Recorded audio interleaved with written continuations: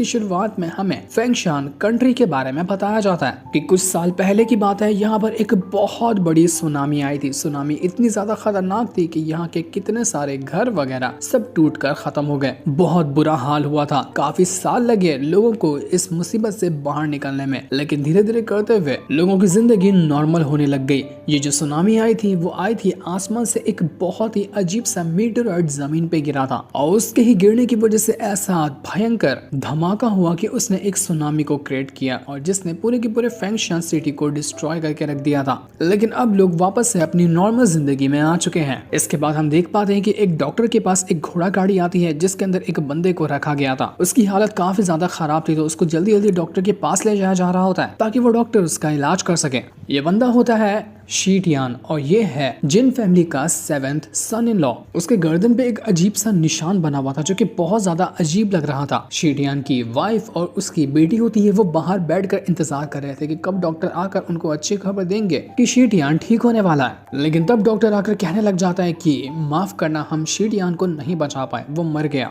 ये सुनकर बेचारी उसकी पत्नी के ऊपर तो सदमा ही गिर चुका था। उसको समझ नहीं आता कि ये क्या हुआ। इसके बाद हम जिन फैमिली का सीन देखते हैं जहाँ पर जिन फैमिली का एक हेड मौजूद होता है। वो कुछ सिपाहियों से कहने लग गया था कि बताओ मुझे कि क्या सच में शीटियान जो है वो बिना परमिशन के हमारी सिटी के बॉर्डर को क्रॉस किया था क्या। तो बाकी लोग कहने जाते कि बिल्कुल हेड ऐसा तो उन्होंने किया था, लेकिन जब वो वहां से रिटर्न आया ना तो उनकी गर्दन पे एक अजीब सा निशान बना हुआ था। हमें नहीं पता कि वो क्या जिसका निशान था और लगता है कि उसी निशान ने उनकी जान ली है। उसी के साथ साथ जब वो वहां से रिटर्न आए थे तो वो बहुत ज्यादा इंजर्ड थे, मानो कि किसी ने उनको बहुत बुरी तरीके से मारा था। इससे ज्यादा हम कुछ भी नहीं जानते। ये सुनकर वो हेड जो था वो काफी ज्यादा गुस्सा हो चुका था। वो उन लोगों को जाने तो कहता है, लेकिन जैसे वो लोग जा रहे थे वहां पर एक दूसरा बंदा आता है जो उन सभी की जान ले चुका था। उसने इन सभी को मार दिया जबकि सही जानकारी इन लोगों ने दी थी। जिसके बाद वहां पर आती है शीटियान की जो वाइफ थी वो, और उस हेड से कहने लग जाती कि मुझे ना वो स्पिरिट पिल चाहिए जो कि मैं शीटियान के बेटे के लिए लेना चाहती हूँ। तो ये सुनकर वो हेड जो कि उसका ही भाई है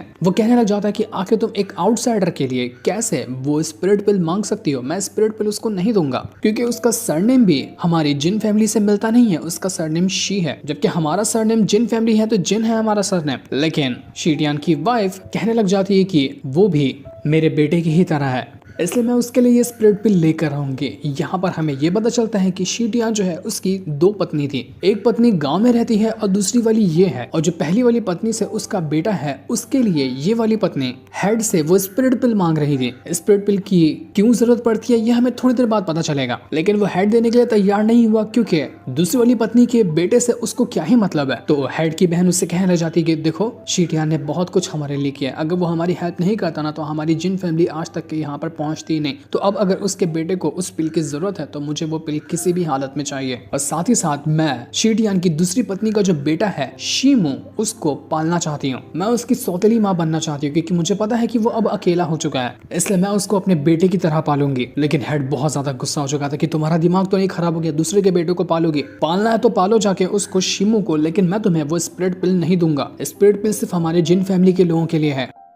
तुम हमारी जिन फैमिली की इज्जत दांव पे लगा रही हो दूसरे के बेटे को पालने के लिए। पर तब वहां पर हेड का छोटा भाई आ जाता है। वो यहाँ पर आकर कहने लग जाता है कि हमारी फैमिली का जो एंसेस्टर है ना, उन्होंने मुझे ये ऑर्डर दिया है कि अगर वो शीमो एक स्ट्रॉन्ग कल्टिवेटर बनता है फ्यूचर में ना, तभी जाकर उसको ये स्पिरिट पिल दी जाएगी, वरना उसको ये स्पिरिट पिल कभी नहीं मिलेगी। और जब एंसेस्टर ने ऑर्डर दे दिया तो हम इसके खिलाफ कुछ भी नहीं कह सकते। तो ये सुनकर शीटिंग की जो वाइफ थी वो खुश हो जाती है और अपने एक साथी से कहने लग जाती है कि जाओ और शीमो को जल्द से जल्द यहाँ पर लेकर आओ, मैं उसको अब और अपने से ज्यादा दूर नहीं देखना चाहती। दूसरी तरफ हम शीमू को देखते हैं जो अपने गांव में रहता है। उसको नहीं पता कि उसकी सौतेली माँ यहाँ बंदों को भेज रही है उसको लेने के लिए, और अब उसको ये गांव छोड़कर जाना पड़ेगा। इस गांव के अंदर वो अपने एक दोस्त के परिवार के साथ रहता है। वो अपने फादर से बहुत ज्यादा नफरत करता है क्योंकि उसके फादर ने उसको छोड़ दिया था, उसको और उसकी माँ को छोड़ दिया, और वो अपनी जिन फैमिली की जो हेड की बहन है उसके साथ शादी करने के लिए चले गए थे। और इस गाँव में शीमू और उसकी माँ अकेले रह गए। उसकी माँ शायद अब मर चुकी है, तो उसके बाद शीमू बिल्कुल अकेला हो गया। कोई नहीं है उसका इस गांव में सिवाय उसके दोस्त और उसके परिवार के, इसलिए वो अपने दोस्त के साथ बिल्कुल फैमिली की तरह रहता है। वो लोग भी उसको बहुत ज्यादा प्यार करते हैं। तो ऐसे ही एक दिन शीमू अपने दोस्त और उसकी छोटी बहन के साथ मछलियां पकड़ने के लिए चला जाता है, जब तक कि बाकी लोग घर पे मौजूद होंगे। तो शीमू और उसका दोस्त मस्त आराम से समुद्र के अंदर आकर मछलियां पकड़ने लग गए थे।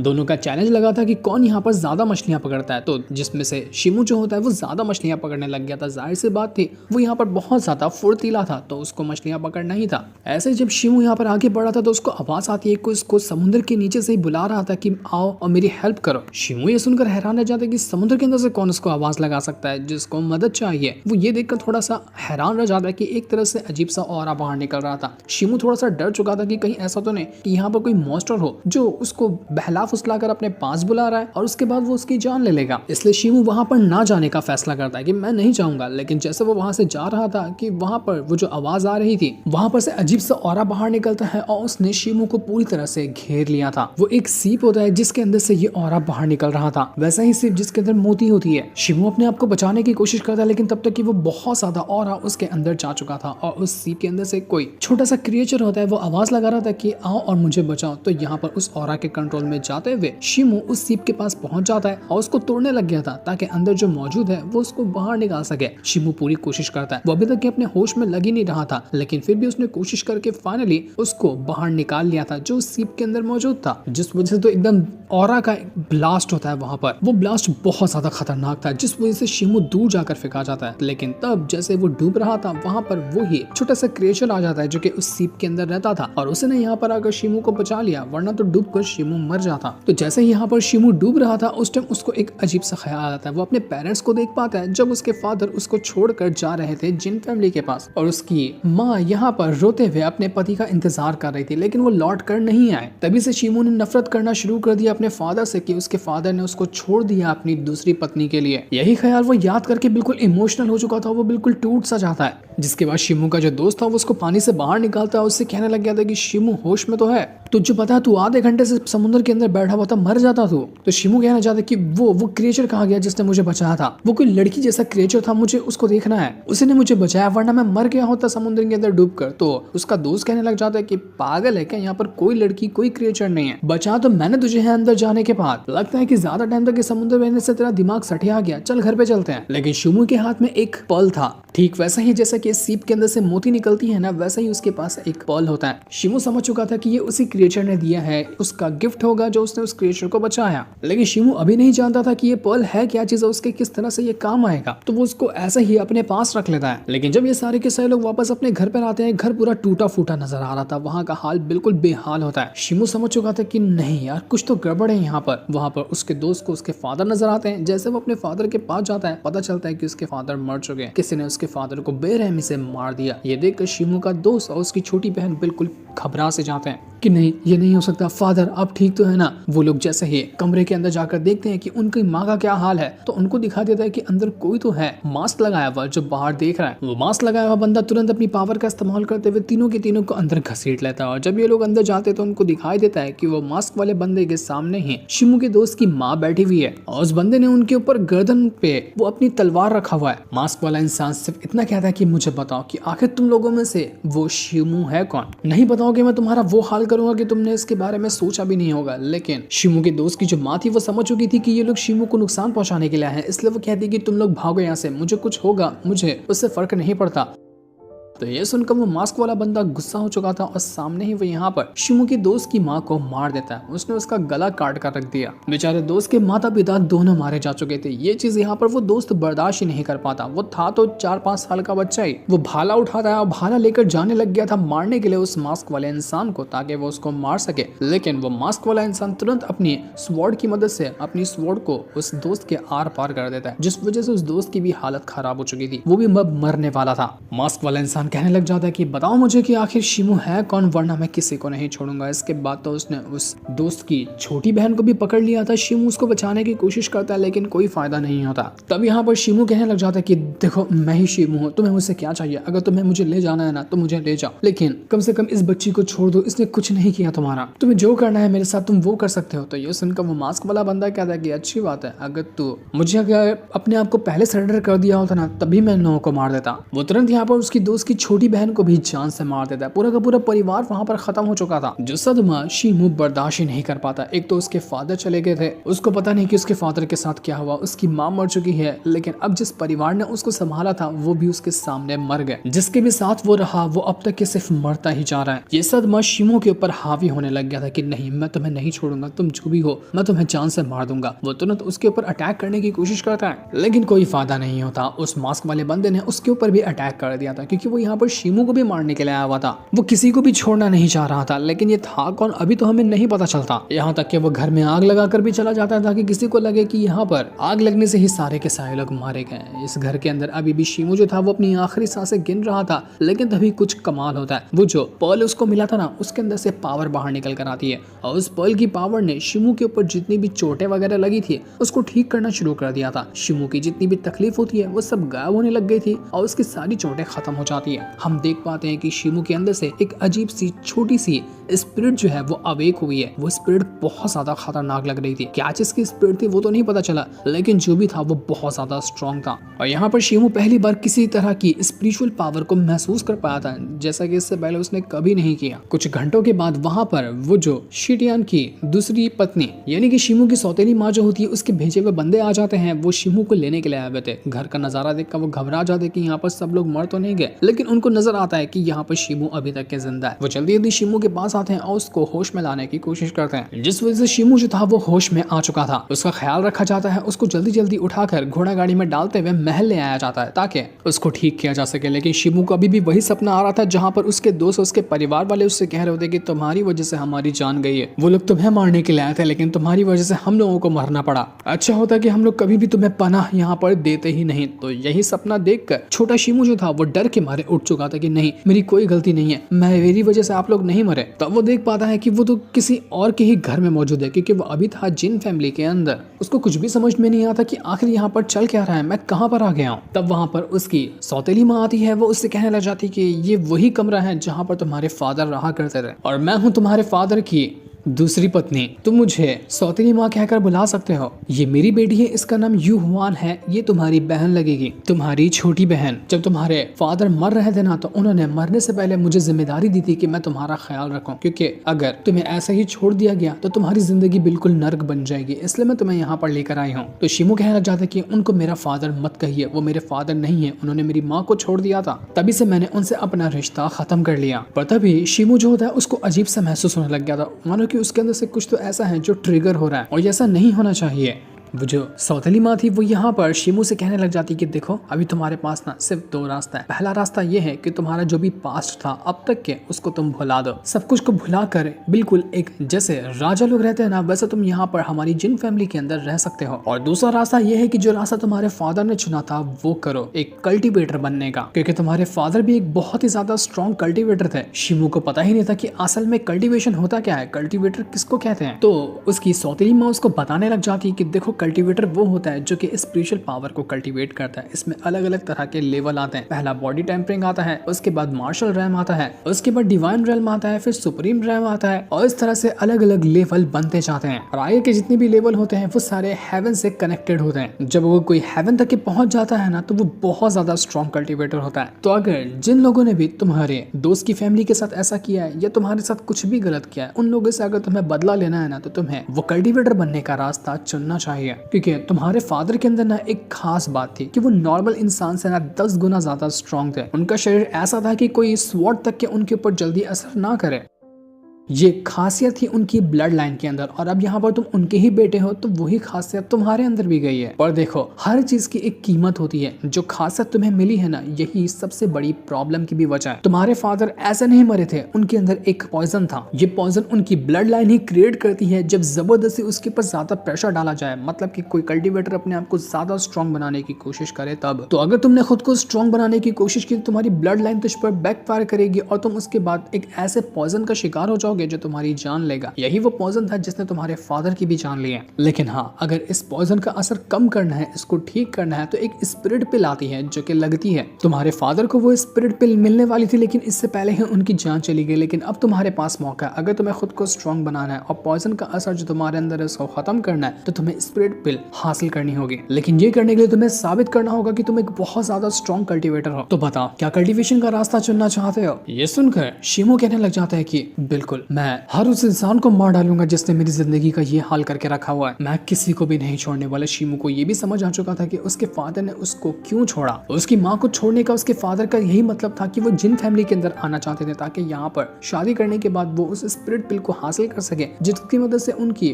वो जो पॉइजन का असर है वो खत्म हो जाए। लेकिन इस चीज में वो कामयाब नहीं रहे और उनकी जान चली गई। शिमू अपने दोस्त के पूरे परिवार की कब्र के पास आता है और उनसे कहने लग जाता है कि देख लेना, एक ना एक दिन जब आएगा मैं तुम सबका बदला लूंगा। वो जो मास्क इंसान जिसने तुम सभी को मारा है ना, उसको उसके पूरे खानदान को दुनिया से मिटा कर रख दूंगा। वो नहीं बचने वाला। ये शिमू का वादा है और शिमू अपना वादा कभी नहीं तोड़ता। तो अभी यहाँ से शुरू हो जाता है शिमू का कल्टीवेशन का सफर। वो बहुत ज्यादा मेहनत करता है और मेहनत करते करते कुछ साल गुजर जाते हैं और अब यहाँ पर हम देख पाते हैं बड़े शिमू को जो जंगल के अंदर शिकार करने के लिए आया हुआ था। उसका अभी करंट कल्टीवेशन रेल्म है बॉडी टेम्परिंग का 11th लेवल। इसके कुछ टाइम बाद ही वो अपना बॉडी टेम्परिंग रेल्म जो है उसको ब्रेक थ्रू कर जाएगा। और जैसा कि उसकी सौतेली माँ ने उसको बताया था कि उसका जो शेर है ना वो नॉर्मल से 10 गुना ज्यादा स्ट्रॉन्ग है, तो अभी भी वो यहाँ पर बॉडी टेम्परिंग के बंदे को आसानी के साथ डिस्ट्रॉय कर सकता है। उससे ज्यादा स्ट्रॉन्ग वाले को भी वो मार सकता है इसी लेवल पे होने के बाद भी। लेकिन प्रॉब्लम वही है कि जितना वो खुद को स्ट्रॉन्ग बनाता है उसका जो पॉइजन है वो उसके ऊपर असर करता जाता है। आज के दिन शिमू जंगल में शिकार करने के लिए आया हुआ था तो वो यहाँ पर एक जंगली सुअर का शिकार कर लेता है जिसे वो मारकर बहुत ज्यादा खुश था कि चलो आज के तो खाने का बंदोबस्त हो गया। इसके बाद वो जैसे ही उस जंगली सुअर को लेकर जा रहा था, वो जो उसके पास पल होता है बचपन में उसको मिला था वो ग्लो करने लग गया था। शिमू कहने लग जाता है कि ये तभी ग्लो करता है जब आसपास कुछ ना कुछ तो गड़बड़ हो, मतलब आसपास कुछ ऐसी मुसीबत आने वाली है जिसके बारे में मुझे नहीं पता है। तो शिमू तुरंत एकदम सावधान हो चुका था ताकि वो अपने आप को बचा सके। उसको नजर आता है कि सामने एक टेंपल है जिसका गेट खुला हुआ है, तो शिमू तुरंत ही टेंपल के अंदर चला जाता है। उसको वहां पर कुछ लोग नजर आते हैं। तो जैसे ही शिमू अंदर गया था वहां पर कुछ बहुत सारे ट्रैप्स लगे हुए थे। तो अनजाने में ही शिमू उन ट्रैप्स को एक्टिवेट कर चुका था जिस वजह से बहुत सारे अटैक एक के बाद एक करते हुए उसके ऊपर आकर लगने लग जाते हैं। शिमू हैरान रह चुका था कि ये क्या हुआ। वो तुरंत उन ट्रैप से बचने की कोशिश करता है और जैसे जैसे उसने अपने आप को बचा भी लिया था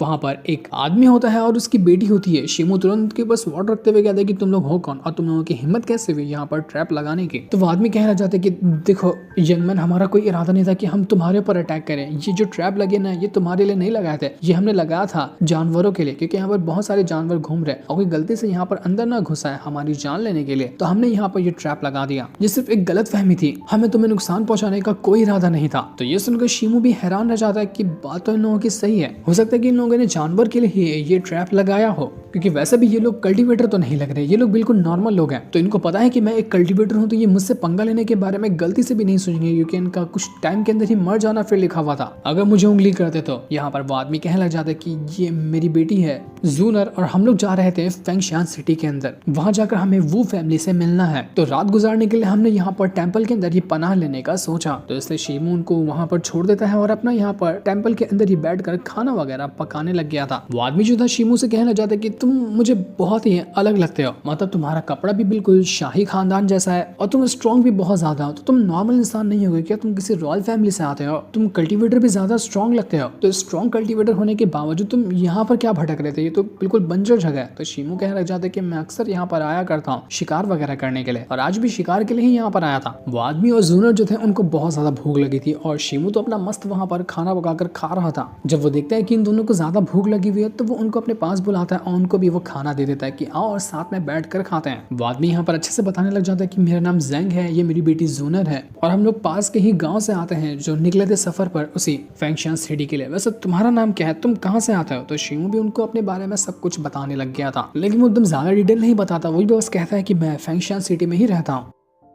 लेकिन वो जिन फैमिली से आता है वहां पर का वो एक हिसाब से यंग मास्टर है, ये सारी चीजें वो नहीं बताता। तो जेंग जो था वो यहाँ पर शिमू से कहना चाहता है कि तुम्हें पता है उस फेंगशान सिटी के अंदर ना वो फैमिली रहती है, उनके एक यंग मास्टर के साथ मेरी बेटी जूनर का है ना उसका एंगेजमेंट लग चुका है। तो इसी चीज की तैयारी के लिए और बात को थोड़ा और आगे पक्का करने के लिए हम लोग वो फैमिली से ही मिलने जा रहे थे। लेकिन जब ये लोग यहाँ पर बात कर रहे थे हम देख पाते हैं कि बाहर से कोई तो अजीब सा बीस्ट है जो उनकी तरफ ही बढ़ रहा है। वो बीस्ट भी था या इंसान कह सकते हैं, उसको कोई डीमन लग रहा था वो, और पूरे गुस्से के साथ वो यही टेंपल की तरफ बढ़ रहा होता है क्योंकि उसने स्मेल कर लिया था कि यहाँ पर कुछ इंसान मौजूद है और वो बीस्ट इंसानों को ही खाता है। उसकी आवाज सुनकर सारे के सारे लोग घबरा चुके थे, लेकिन वो कुछ सोच समझ पाते कि इससे पहले ही वो बीस्ट जो था वो अंदर आकर पहुंच चुका था, जो कि बहुत ज्यादा बड़ा और काफी भयंकर नजर आ रहा था। वो आते साथ ही सभी के ऊपर अटैक करना शुरू कर देता है। तो ये देखकर शिमू जो था वो अपनी स्वॉर्ड को बाहर निकालता है और उस बीस्ट के साथ फाइट करने लग गया था। वो बाकियों से कहता है कि आप लोग उधर जाकर छुप जाओ जब तक कि मैं इसको हैंडल करता हूँ। लेकिन शिमू के अटैक करने के बावजूद भी उसके अटैक का कुछ खास असर होता नहीं उस बीस्ट के ऊपर। तो शिमू हैरान रह चुका था कि आखिर इसके ऊपर मेरे अटैक का असर क्यों नहीं हो रहा है। वो एक के बाद एक करते हुए कई सारे अटैक करता है शिमू के ऊपर, लेकिन फिर भी कोई फायदा नहीं होता, क्योंकि अगर इस बीस्ट को मारना है तो इसकी कमजोरी थी इसका गर्दन वाला हिस्सा। वहां पर अटैक करेंगे तभी ये मरेगा, उसके बाद उसके शरीर पे कहीं पर भी अटैक क्यों ना कर लिया जाए इसको एक असर नहीं होगा। वो यहाँ पर शिमू को स्ट्रॉन्ग देखकर तो शिमू के ऊपर पहले अटैक नहीं करता, वो पहले चला जाता है जेंग और जूनर के ऊपर अटैक करने के लिए। लेकिन तब बीच में शिमू आने के बाद अपनी पावर का यूज करते हुए अपने और भी कई सारे स्ट्रॉन्ग अटैक रेडी करता है, मल्टीपल स्लैश अटैक देकर मार देता है उसे बीस्ट के ऊपर, जिस वजह से बीस्ट की हालत खराब हो चुकी थी। लेकिन फिर भी बीस्ट यहाँ पर शांत होने वाले नहीं, वो शिमू को मारने के लिए पीछे पड़ जाता है। पर जैसे वो शिमू को मारने वाला था इससे पीछे जेंग आकर पहुंच जाता है और उसने तुरंत ही बीस्ट के ऊपर अटैक करना शुरू कर दिया था ताकि उसका ध्यान वो अपनी तरफ कर सके, तब तक कि वो बीस्ट शिमू को छोड़ देगा। तो ये देखकर वो जो बीस्ट होता है वो भड़क चुका था और वो सीधा चला जाता है उसे जेंग को मारने के लिए। जेंग कई सारे अटैक करता है लेकिन फिर भी वो बीस्ट को रोक नहीं पाता। तो यही मौका देखकर बीच में शिमू आता है और वो अपने 13 स्लैश अटैक का यूज करते हुए उस बीस्ट की धज्जियां उड़ा चुका था, जिस वजह से उसकी हालत खराब हो जाती है। ऐसा लग रहा था कि बीस्ट वो यहाँ पर मर चुका है। इस वजह से सभी की जान में जान आती है कि चलो आखिरकार हमने ये काम कर दिया। वो लोग कहते हैं कि यहाँ पर अब और ज्यादा रुकना ठीक नहीं है, हमें यहाँ से चलना चाहिए। तो ये लोग यहाँ से जाने लग गए थे, पर जैसे वो लोग जा रहे थे पीछे से वो बीस्ट वापस से होश में आता है और सीधा जेंग को पकड़कर उसके पेट को ही फाड़ते हुए अंदर हाथ घुसेड़ चुका था। उसने बड़ी बुरी तरीके से जेंग की हालत खराब कर दी थी। ये देखकर जूनर बिल्कुल घबरा जाती कि नहीं फादर, आपको कुछ नहीं हो सकता, आप नहीं मर सकते। शिमू के गुस्से का ठिकाना नहीं था। वो तुरंत अपनी स्वॉर्ड को एक्टिवेट करता है और थंडर अटैक का यूज करते हुए सीधा का सीधा उस बीस्ट का गला ही उड़ा देता है। अब जाकर फाइनली वो बीस्ट मरा था, लेकिन तब तक की बहुत बड़ी गलती हो चुकी थी क्योंकि उसने जेंग के ऊपर ऐसा अटैक किया कि जेंग अपनी आखिरी सांसें गिन रहा था, वो मरने वाला होता है। बीस्ट के पास से शिमू को एक टोकन भी मिलता है। उसको समझ में नहीं आता कि किस चीज का टोकन है, लेकिन वो उसको अपने पास रख चुका था। जेंग समझ चुका था कि वो यहाँ पर अब और बचने वाला नहीं है, वो अपनी आखिरी सांसें गिन रहा है। तो वो अपनी बेटी से कहता है कि मेरी बच्ची फिक्र मत करना, तुम्हें कुछ नहीं होगा। वो शिमू से कहना चाहता है कि शिमू, मेरी जो बेटी है ना, इसको कुछ होने मत देना। मैंने इसका रिश्ता तो लगा दिया है वो फैमिली के अंदर, लेकिन मुझे लगता है कि अगर मैं मर जाऊं और मेरी बेटी अकेले वो फैमिली में रहेगी ना, तो वो लोग इसको टॉर्चर कर सकते हैं। इसलिए मैं चाहता हूँ कि तुम मेरी बेटी का ख्याल रखना, उसको कुछ तकलीफ होने मत देना। शिमू कहता है कि वो फैमिली के लोग अच्छे हैं, वो लोग इस तरह की हरकत नहीं करेंगे, मैंने देखा है उन लोगों को, वो बुरे नहीं है। लेकिन तब भी वो जेंग कहना चाहता है कि नहीं, किसी के ऊपर मैं भरोसा नहीं कर सकता। वो अपने पास से अपनी फैमिली का एक खास ट्रेजर निकालता है। वो कहता है कि ये मेरी फैमिली का सबसे कीमती ट्रेजर है, मैं ये तुम्हें दे रहा हूँ इस चीज के बदले कि तुम मेरी बेटी का ख्याल रखोगे, उसके ऊपर कोई आंच नहीं आने दोगे। मुझे बस ये तुमसे वादा करना, क्या तुम मेरा वादा पूरा करोगे? शिमो बिल्कुल सोच में पड़ चुका था क्योंकि जब उसके ऊपर बीस्ट अटैक कर रहा था तो उसकी जान जा सकती थी, लेकिन बीच में जेंग नहीं आकर उसको बचाया था। तो यहाँ पर उसके ऊपर जेंग का ये एहसान था, इसलिए वो कह देता है कि ठीक है, मैं वादा करता हूँ आपसे कि जूनर को कुछ नहीं होगा, मैं उसके ऊपर कोई भी आंच आने नहीं दूंगा। तो ये सुनते सुनते ही वो जो जेंग था वो खुशी खुशी वहां पर अपनी जान गंवा चुका था। जेंग यहाँ पर मर गया, इसलिए शिमो और जूनर जो थे वो यहाँ पर उसको दफन कर देते हैं। जूनर बिल्कुल उदास थी, वो वहां पर रो रही थी, लेकिन शिमो से कहने लग जाता है कि तुम्हें फिक्र करने की जरूरत नहीं है, मैंने तुम्हारे फादर से वादा किया है ना, मैं तुम्हें कुछ भी होने नहीं दूंगा। कभी भी किसी भी चीज की तुम्हें जरूरत लगती है ना, मुझे बताना, मैं तुरंत वो तुम्हारे लिए कर दूंगा। कोई तुम्हें तकलीफ दे उसके बारे में बताना, मैं उन सभी को सबक सिखाऊंगा। अभी तो तुम्हारे पास कोई दूसरी जगह है भी नहीं रहने के लिए, तो तुम्हें मजबूरी में आकर वो फैमिली में ही जाना होगा। तो जूनर कहना चाहते कि हाँ तुम सही कह रहे हो, क्योंकि मेरा वहां पर पहले से ही एंगेजमेंट हो चुका है, तो उसके अलावा मैं कहीं पर भी नहीं जा सकती। अगर तुम मुझे वहां तक के छोड़ देते हो तो अच्छा होगा। ये सुनकर शिमो जो था वो तुरंत ही जूनर को लेता है और उसको लेकर फेंगशान सिटी के अंदर आता है ताकि उसको वो फैमिली के पास छोड़ सके। वो जैसे यहाँ पर आता है, वो फैमिली का हेड था, वो जूनर को देखकर काफी खुश हो चुका था। इसका नाम था वूटोंग। वो कहने लग जाते कि जूनर कितनी बड़ी हो गई हो, कितने सालों बाद मैंने तुम्हें देखा है, वैसे तुम्हारे फादर कहाँ गए? तो जूनर सारी बात बताती है कि वो यहाँ तक आए तो थे, लेकिन कुछ हादसे की वजह से रास्ते में ही उनकी जान चली गई। तो ये सुनकर वूटोंग कहने लग जाता है कि किस्मत बिना कैसा खेल खेलती है, कब कोई हमारे साथ होता है, कब कहाँ चला जाता है पता भी नहीं चलता। वैसे तुम कौन हो? वो शिमो से सवाल कर रहा था। वो कहता है कि तुम तो किसी रॉयल फैमिली से लगते हो, क्या तुम इसी फेंगशान सिटी के अंदर ही रहते हो क्या? तो शिमो उसको बता देता है कि हाँ मैं जिन फैमिली से आता हूँ। तो वूटोंग कहता है कि अच्छा जिन फैमिली से चाहते हो, ये तो बहुत अच्छी बात है। जिन फैमिली के लोग बहुत अच्छे होते हैं और तुमने यहाँ पर जूनर को बचाया है तो इसका एहसान मैं तुम्हारा किसी न किसी दिन जरूर चुकाऊंगा। आज कोई तैयारी करके नहीं रखी कि मैं तुम्हें किस तरह से सम्मानित करूं, लेकिन एक ना एक दिन तुम्हारे लिए मैं जरूर कुछ ना कुछ खास करूंगा। तो शिमू कहता है कि इसकी कोई जरूरत नहीं है, आप बस जूनर का अच्छे से ख्याल रख लेना, यही बहुत बड़ी बात हो जाएगी, मुझे इससे ज्यादा कुछ भी नहीं चाहिए। तो अब मैं चलता हूँ। वो जूनर से भी कहता है कि जूनर मैं जा रहा हूँ, मेरी बात का ख्याल रखना, कि कभी भी कुछ ऐसा लगे तो तुरंत आकर मुझे बता देना। तो इतना कहने के बाद शिमू तो वहां से जा चुका था, लेकिन उसके जाने के बाद हम देख पाते कि वुडोंग जो है उसका मुंह उतरा हुआ, वो बड़ा गुस्से में है जूनर को यहाँ देखकर। मतलब साफ था कि कुछ ना कुछ अंदर से प्लान बना रहा है। उसको बिल्कुल भी खुशी नहीं हुई जूनर को देखकर। जैसा जूनर के फादर जैंग ने कहा था कि अगर वो मर जाते हैं तो जूनर वो फैमिली में खुश नहीं रह पाएगी। ये चीज यहाँ पर सही होते हुए नजर भी आ रही थी। न जाने आगे जूनर का क्या होगा। अब हमें रात का सीन दिखाया जाता है। यहाँ पर ड्रैगन गैंग के कुछ बंदे थे, वो कुछ गाँव में जो दुकान वगैरह लगाते हैं उनके पास आए हुए थे हफ्ता वसूली करने के लिए। लेकिन वो दुकान वाले कहने लग जाते कि हमने तो पहले ही आपको बहुत सारी चीजें दे कर रखी है, हमारे पास कुछ भी नहीं बचा, हम क्या देंगे आपको। एक दुकान वाले को तो उसने वहां पर घेर कर ही रखा हुआ था। वो दुकान वाले से कहता है कि देख तू मुझे हफ्ता वसूली नहीं दे सकता ना, ठीक है मेरे पास तेरे लिए कुछ खास चीज है, देख बढ़िया सा खाना बनाया, जरा इसको टेस्ट तो कर कैसा है। वो दुकान वाला खाना खाना तो नहीं चाहता था, लेकिन मजबूरी में वो जो गैंग का लीडर होता है वो उसको खिला देता है। और उसके बाद वो उसे कहता है कि तुझे पता है ये खाना किस चीज का है। बगल में ही वहां पर वो दुकान है। वो दुकान वाला भी ऐसा ही कह रहा था कि उसके पास कुछ भी नहीं बचा मुझे देने के लिए, तो मैंने उसको काटा और उसी का खाना बना दिया जो तुझे खिला रहा हूँ। अब तू भी मुझे पैसा नहीं देगा तो मैं तेरा भी खाना बनाकर अगली दुकान वाले को खिला दूंगा। ये सुनकर वो बेचारा दुकान वाला बिल्कुल पागल हो गया था कि नहीं ये नहीं हो सकता। ये लोग यहाँ पर अपना आतंक मचा के रखे थे कि तभी वहां पर फेंकवान नाम का एक बंदा आ जाता है। ये था फॉक्स गैंग से। अभी जो बंदे को हम लोगों ने देखा वो थे ड्रैगन गैंग से और सामने जो आया था वो फॉक्स गैंग से था। ये दो गैंग वाले इस पूरी की पूरी सिटी में गुंडागर्दी करने का काम करते हैं, लोगों को परेशान करना इनकी आदत है। तो जब यहाँ पर आकर हफ्ता वसूली ये ड्रैगन गैंग के बंदे कर रहे थे तो वो जो फेंकवान था वो ड्रैगन गैंग के लीडर से कहना चाहता है कि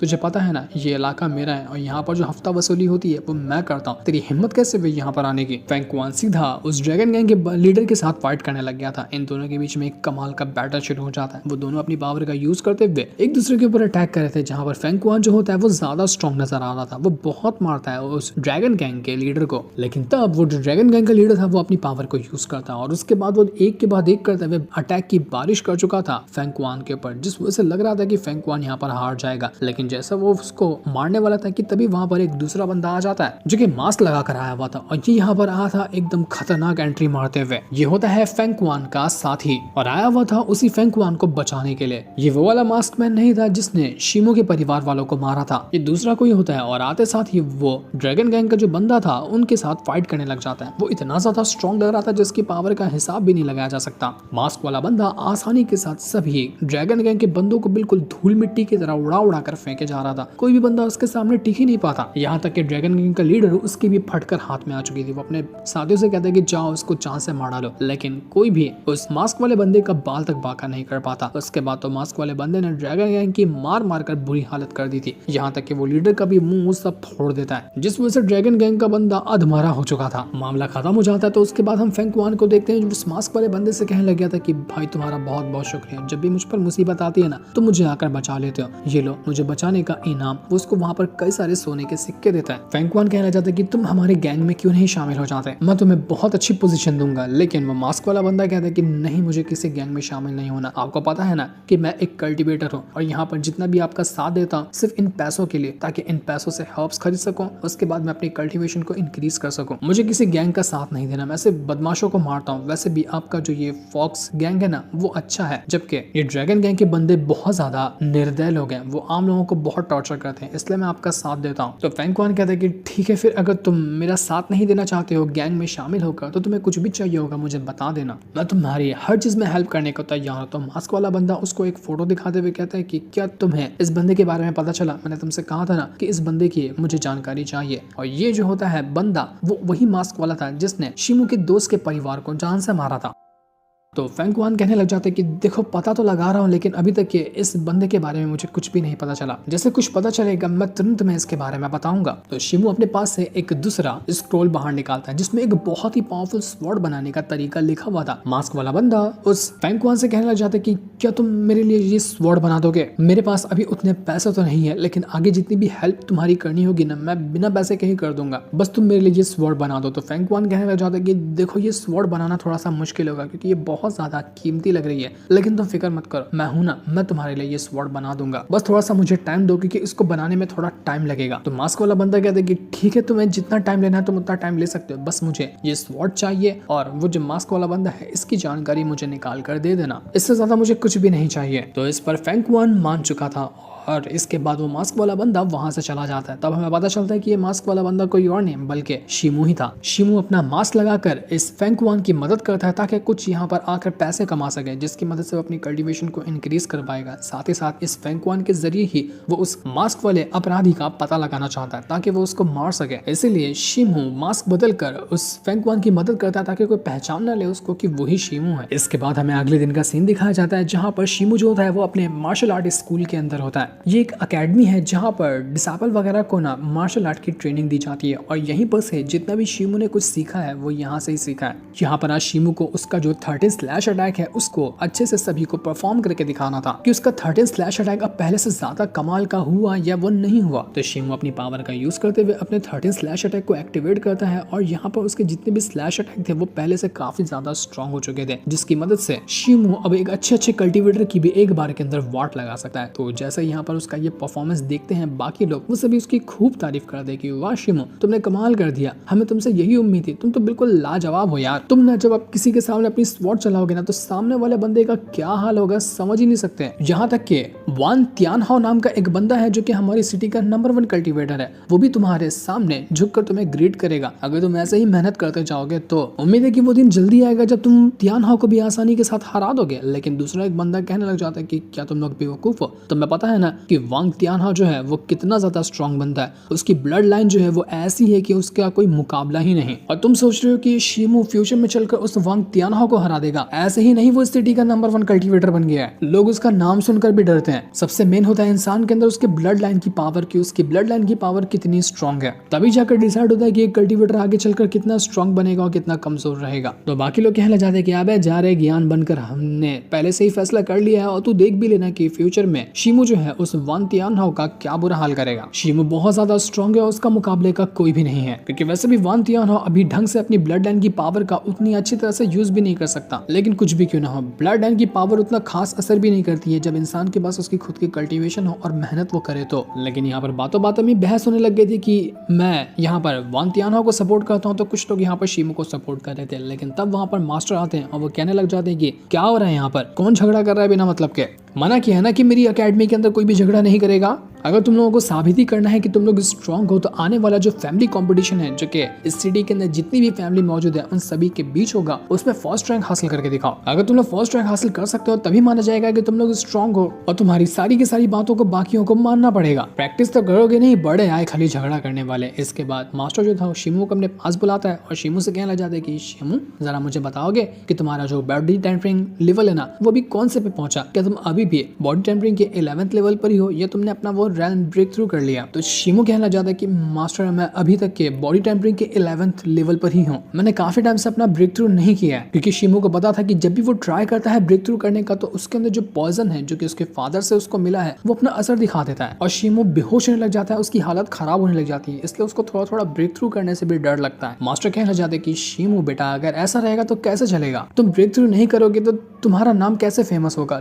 तुम चाहते हो ना कि लोग तुम्हारे बारे में जाने, तुम बहुत ज्यादा स्ट्रॉन्ग बनो आगे चलकर, तो इसके लिए तुम्हें ब्रेक थ्रू करनी है। मैं जानता हूँ तुम बहुत ज्यादा टैलेंटेड बंदे हो और तुम्हारे जैसे एक्स्ट्रा ऑर्डिनरी टैलेंट को ना मैंने कभी नहीं देखा, तुम बहुत आगे जाओगे, लेकिन तुम क्यों डर रहे हो ब्रेक थ्रू करने से? तो शिमू उनको सारी बात बता देता है। ये सुनकर मास्टर कहना चाहते हैं कि अच्छा ऐसी बात है, लेकिन फिक्र करने की कोई जरूरत नहीं है, मेरे पास घरेलू बहुत सारे नुस्खे हैं, अगर हम उसका यूज करते हैं ना तो तुम आसानी के साथ अपना इस पॉइजन के असर को खत्म कर दोगे और उसके बाद तुम ब्रेक थ्रू भी करोगे ना तो तुम्हारे पर कोई असर नहीं होगा। अब ये नुस्खे मेरी दादी नानी वगैरह मुझे सिखाया करती थी, मैं वो तुम्हें सिखाना चाहता हूँ। तो वो एक पेपर निकालता है जिसके अंदर बहुत सारी रेसिपी वगैरह लिखी हुई थी। तो रेसिपी के अंदर जितने भी सामान वगैरह थे वो सभी शिमू को लाने हैं और उनकी मदद से अगर सभी को मिक्स करके शिमू नहाएगा, जिसके बाथटब के अंदर बहुत सारे हर्ब्स हो गए, उसको डालकर अंदर अगर शिमू नहा ले तो उसके अंदर की जितनी भी बीमारी है, पॉइजन वगैरह है ना, वो सब निकल जाएंगे और शिमू खुद में अच्छा महसूस करेगा। इस तरह से नहाना उसको दिन में 3 बार था और कुछ दिनों के लिए करना था। इसके बाद शिमू ठीक हो सकता है। तो शिमू ये देखकर मास्टर से कहना चाहता है कि मास्टर जरा इसकी रेसिपी देख रहे हो, ये कितने ज्यादा हर्ब्स लगेंगे इसको लाने के लिए, ये तो बहुत ज्यादा महंगा हो जाएगा, मेरे पास उतने पैसे भी नहीं है, उतने हर्ब्स भी नहीं है, मैं दिन में 3 बार ऐसे कैसे नहा पाऊंगा। तभी वो जो पॉइजन था वो वापस से उसके ऊपर असर दिखाना शुरू कर चुका था। उसकी हालत पूरी तरह से खराब होने लग जाती है। मास्टर भी घबरा जाते हैं कि शिमू तुम ठीक तो हो ना, तुम एक बार ट्राई करो इससे नहाने का, हो सकता है कि कुछ ना कुछ फायदा निकल कर आ जाए और तुम अपने आप को अच्छा महसूस करो। इसके बाद शिमू जो था वो अकेले में आकर बैठ जाता है। अब वो उन्हीं हर्ब्स को देख रहा था। वो कहने लग जाता है कि यार मैं तो इससे कंगाल हो जाऊंगा, कहाँ से लाऊंगा इतने पैसे, जितने सारे हर्ब्स लाऊं मैं, मेरे पास तो पैसे भी नहीं है। लेकिन तभी वहां पर युवान आ जाती है जो कि उसकी सौतेली माँ की छोटी बेटी है। वो अब थोड़ी बड़ी हो चुकी थी। वो आई थी शिमू से मिलने के लिए। वो उससे कहने लग जाती कि शिमू क्या तुम फिर से पैसे को लेकर परेशान हो, तुम मुझे क्यों नहीं बताते हो? एक तो तुम जल्दी महल के अंदर आते नहीं हो, ट्रेनिंग स्कूल में ही रहते हो, कहीं भी रातें गुजार लेते हो और कभी जरूरत पड़ती तो हमसे 1 रुपया तक नहीं मांगते हो। ऐसा कैसे चलेगा? तुम कैसे अपनी परेशानियों को हैंडल करोगे? वो अपने पास से पैसे की पोटली बाहर निकालती है और शिमू को देते हुए कहती कि इसके अंदर थोड़े से पैसे हैं, ये लो और इसकी मदद से जो भी हर्ब्स वगैरह चाहिए सबसे पहले उनको खरीदना। तुम्हें इतना बुरा क्यों लगता है हमसे कुछ मदद मांगने के लिए? क्या तुम हमें अपना नहीं समझते हो? लेकिन शिमू कहता है कि नहीं, ऐसी बात नहीं है, तुम लोग बहुत अच्छे हो, मैं तुम्हें सच में अपनी छोटी बहन मानता हूँ, लेकिन मुझे अच्छा नहीं लगता कि तुम लोगों से मैं हेल्प लूँ, क्योंकि मैं अपने खर्चे उठा सकता हूँ। देखो तुमने जो ये मुझे पैसे दिए हैं ना, मैं इसको एक उधार की तरह ले रहा हूँ, मैं बाद में कभी ना कभी तुम्हें जरूर चुका दूंगा, क्योंकि मुझे एहसान लेना बिल्कुल भी पसंद नहीं है। तो युवान कहना चाहती कि नहीं, ऐसा नहीं हो सकता। बचपन में आप जब मुझे आइसक्रीम ला के दिया करते थे, चॉकलेट ला के दिया करते थे, तो मैं आपसे ऐसा कहती थी क्या कि ये एहसान रहेगा, बाद में कभी चुकाऊंगी? तो आप मुझसे ऐसा कैसे कह सकते हैं? यह कहकर आपने मेरा दिल दुखा दिया। बचपन में आपने मेरा इतना ज्यादा ख्याल रखा, तो क्या आपके लिए मैं इतना सा नहीं कर सकती हूँ? आप मुझे अपनी बहन मानते ही नहीं हो। तो ये सुनकर शिमू कहना चाहता है कि बस बस, तुम कितना ड्रामा करोगे, देखो मुझे तुम रुला कर ही रहोगी। तभी शिमू जो था उसके ऊपर वो पॉइजन का असर वापस से हिट करने लगता है और इस बार तो पहले से बहुत बहुत ज्यादा हुआ था, जो कि शिमू हैंडल ही नहीं कर पाता। उसके ऊपर बेहोशी छाने लग गई थी और वो वहां पर बिल्कुल बेहोश होकर जमीन पे गिर जाता है। ये देखकर युवान बिल्कुल घबरा जाती है कि शिमू तुम ठीक हो ना, तुम्हें क्या हुआ? शिमू बिल्कुल बेहोश हो चुका था और जब वो बेहोश हुआ था तो उसको कुछ अलग ही विजन वगैरह नजर आता है। वो देख पाता है कि एक अजीब सा वर्ल्ड है जहाँ पर माउंटेन वगैरह मौजूद है और वहाँ पर एक मंकी की स्पिरिट है। उस मंकी की स्पिरिट के अंदर से बहुत अजीब सा ऑरा बाहर निकल रहा है। वो इतना ज्यादा स्ट्रॉन्ग ऑरा है कि जैसा ऑरा शिमू ने इससे पहले कभी किसी का देखा ही ना हो। वो मंकी जो था उसकी पावर बहुत ज्यादा स्ट्रॉन्ग थी और वो आराम से पूरा माउंटेन वगैरह को क्रॉस करते हुए अपनी कल्टीवेशन को इंक्रीज करने की कोशिश कर रहा था। हरकत तो जो यहाँ पर मंकी कर रहा होता है, शिमू को लग रहा था कि मंकी के अंदर उसकी सोल मौजूद है और सारे काम वो खुद कर रहा है। उसका शरीर उसके कंट्रोल में नहीं है और ये मंकी ही उसके शरीर को चला रहा है। तो इस चीज को महसूस करके शिमू बिल्कुल हैरान रह चुका था कि असल में ये हो क्या रहा है। मैं तो इस मंकी को जानता भी ना, इससे मेरा कोई रिश्ता है, तो इसका मुझे दिखाई देने का असल में मतलब क्या हुआ? लेकिन जो भी हो, इसको मैं महसूस करके ना अपने अंदर से स्पिरिचुअल एनर्जी का ऐसा ऑरा मैं महसूस कर पा रहा हूँ जिसका कोई हिसाब भी नहीं लगाया जा सकता। ऐसा मैं स्ट्रॉन्ग महसूस कर रहा हूँ जैसा कि मैंने इससे पहले कभी महसूस ना किया हो। मेरे मेरिडियन वगैरह स्ट्रॉन्ग हो रहे हैं, ऐसा लग रहा है कि मैं यहाँ पर अपना ब्रेक थ्रू कर जाऊंगा। जिसके बाद शिमू जो था उसको होश आ चुका था। जैसे उसको होश आया था, युवान और वहां पर उसकी सौतेली माँ होती है जो कि उसको देखने के लिए आए हुए थे। वो कहने लग जाते कि शिमू अच्छी बात है कि तुम्हें कम से कम होश तो आया। उसकी सौतेली माँ उससे कहने लग जाती कि शिमू जो तुम्हें ये पॉइजन का असर अटैक कर रहा है ना तुम्हारे पर, क्या ये बहुत ज्यादा हो गया आजकल या कभी कभार होता है? तो शिमू कहता है कि नहीं, आजकल ये कुछ ज्यादा ही हो गया। और आज जो आया था ना वो इतना ज्यादा स्ट्रॉन्ग था कि इससे पहले कभी ऐसा नहीं आया। जब ये आता था मैं खुद को हैंडल कर लेता था, लेकिन आज के दिन मैं बेहोश ही हो गया। मुझे नहीं पता कि ये किस तरह से इतना ज्यादा असर दिखाना शुरू कर चुका है। तो उसकी माँ कहने लग जाती कि मैंने तुम्हें बताया था ना कि जितना तुम आगे स्ट्रॉन्ग करोगे खुद को, ये पॉइजन भी उतना ज्यादा स्ट्रॉन्ग होता जाएगा और तुम्हें मारने की कोशिश करेगा। यही काम वो कर भी रहा है। तो शिमू कहता है कि कोई फिक्र करने की जरूरत नहीं है, मेरे मास्टर ने मुझे बताया है कि मैं अगर वो मेडिसिन वाली बात ले लूँ, उसमें नहा लूँ, तो ये सब ठीक हो जाएगा, मुझे कुछ ज्यादा फिक्र करने की जरूरत नहीं है। तो उसकी सौतेली माँ कहने लग जाती कि ऐसा कुछ नहीं होगा, तुम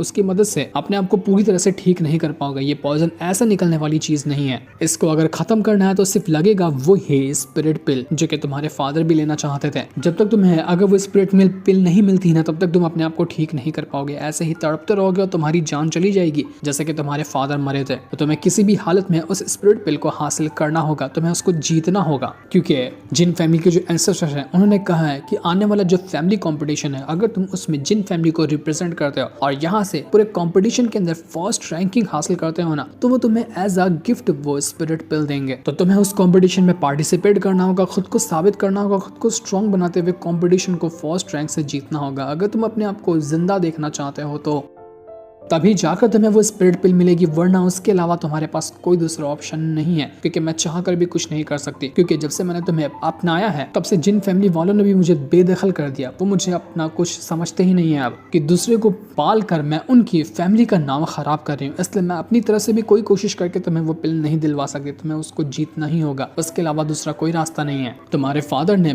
बिल्कुल गुलामों की तरह जिंदगी गुजारी इस जिन फैमिली के अंदर। वो इतनी ज्यादा मेहनत करते थे सिर्फ उस पिल को हासिल करने के लिए, लेकिन फिर भी उनकी किस्मत में ये पिल को हासिल करना नहीं लिखा था। तो उन्होंने मरने से पहले मुझसे वादा किया कि ये बीमारी जो तुम्हारे अंदर गई है, मैं किसी भी हालत में तुम्हें बचाऊं और तुम्हें हेल्प करूं उस पिल को हासिल करने के लिए। जो पिल तुम्हारे फादर नहीं हासिल कर पाए वो तुम्हारे लिए छोड़ गए, ताकि तुम उसको हासिल करके अपनी जिंदगी को जी सको। इसलिए तुम्हें ये करना होगा। शीमू बिल्कुल कंफ्यूज हो चुका था कि वो आखिर अब क्या करे। दूसरी तरफ हम उस ड्रैगन गैंग के बंदों को देखते हैं। वो लोग यहाँ पर आपस में बातें कर रहे थे कि वो मास्क वाला बंदा ना बहुत ज्यादा स्ट्रॉन्ग है, उसका कोई मुकाबला ही नहीं है। जब भी वो आता है हमारी बैंड बजाकर चला जाता है। आज तो बड़ी मुश्किल से हमारी जान बची, वरना तो आज हम मर ही गए होते। लेकिन ड्रैगन गैंग में वहां पर एक दूसरा बंदा भी होता है जो कि बहुत ज्यादा स्ट्रॉन्ग लग रहा था। वो कहने लग जाता है कि आखिर वो मास्क वाला इंसान है कौन? तुम्हारी बातों से तो मेरा उसके अंदर इंटरेस्ट आ गया है, मैं अब उससे मिलना चाहता हूँ। मैं भी तो देखूं कि कौन आ गया मुझसे ज्यादा स्ट्रॉन्ग। लेकिन ये बंदा था कौन, ये तो अभी हमें नहीं दिखाया जाता। और आखिर क्यों मिलना चाहता है वो मास्क वाले इंसान यानी कि शीमू से, वो तो हमें आगे ही पता चलेगा। जिस सीन को दिखाते साथ ही ये वाला एपिसोड यहीं पर एंड हो जाता है। अगर आपको सीरीज अच्छी लग रही है तो आप बता देना, हम इस सीरीज को कंटिन्यू करेंगे। आप कमेंट में नेक्स्ट एपिसोड लिख सकते हैं। जिस सीन को दिखाते साथ ही ये वाला एपिसोड यहीं पर एंड हो जाता है। Thanks for watching.